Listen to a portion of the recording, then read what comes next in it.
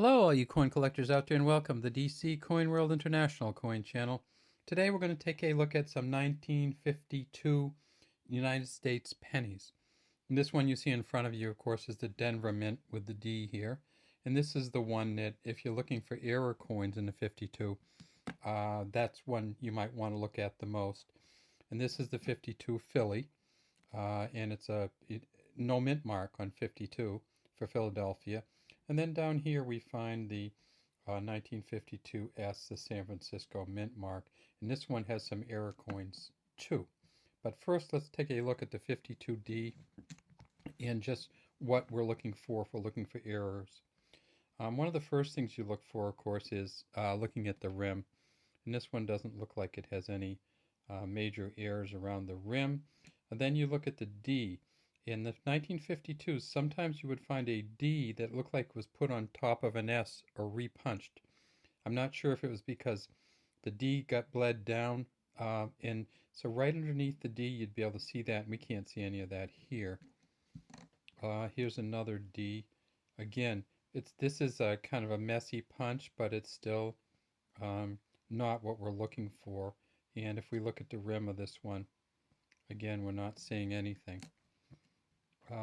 This is a D, so see how this D is so much more open than this D, and that just flattens out over time. That's not an issue either. And the fact that the 2's kind of worn down, that's just par for the course. Nothing big going on here. Another thing you look for, some of the coins have a crack in the head up here of Lincoln. It's a pretty rare one that has the die crack, but you always look for those too. There's another D. And you can see this is a very well defined D. And again, no crack and no rim issues. Another D here. And we're just going to go through all these Ds first. And again, nothing. We've seen very few errors that have anything to do with the back of these coins. So I'm not even going to look at them right now. See how that kind of 5 kind of almost drags down a little bit, but that's not enough to make it an error coin. And of course the Liberty's touching pretty badly there. There's another D, and finally there's the last D, and we can see this one has a little bit of a, probably just the way it was punched, just a little bit of an indentation there, but it's not on top of anything else, so that's not going to be anything for us. Now here's the 52 Philly, and sometimes you'll see a mark like this and you'll say, oh, that's a die crack, but it's not. If we follow this coin up, we see something hit it down here at the bottom and scratched it all the way up through. So this has nothing to do with a die crack. This is certainly a post-mint defect. Well, it's not a defect. It's a post-mint incident or accident. 52 plain, and there's nothing down here. Sometimes you'll find a really faint S, but this is not that coin. Again, and we're looking at the rim, looking for die cracks, not seeing anything. This one looks like it just got really in some kind of corrosive material. But that's nothing that we can look at. Oh, this one. Look how defined this one is. Just, you can really tell the difference when you get a good defined one and versus the other ones after you look at them for a while. This one, another 52. Another nothing on that one that I could see. Another 52 Philly, nothing we can see on that one. 52, nothing on that one. And 52... well, it's a little funky down in here, but it's not enough to... Let's see if we can see the VDB. We can. So Victor David Brenner was the engraver of this coin, and you can see his initials right down here at the bottom of these coins. And sometimes if you get it just right, you can actually read it very well just by your eye. So that's all the Philadelphia Mint ones. And then, of course, we have the 1952 S.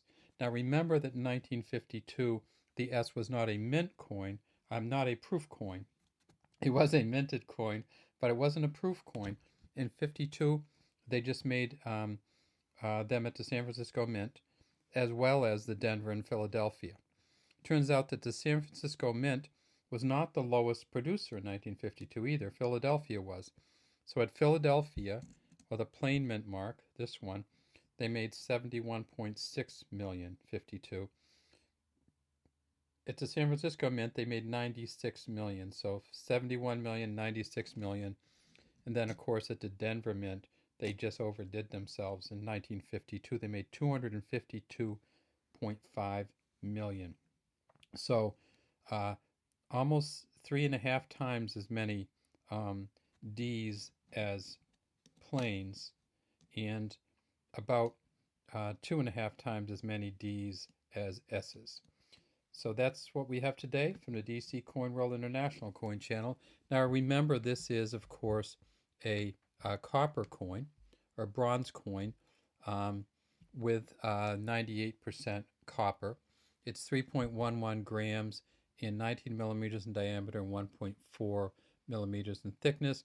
They made this coin, let's take a look at the back, because they made this coin from 1909 until 1958.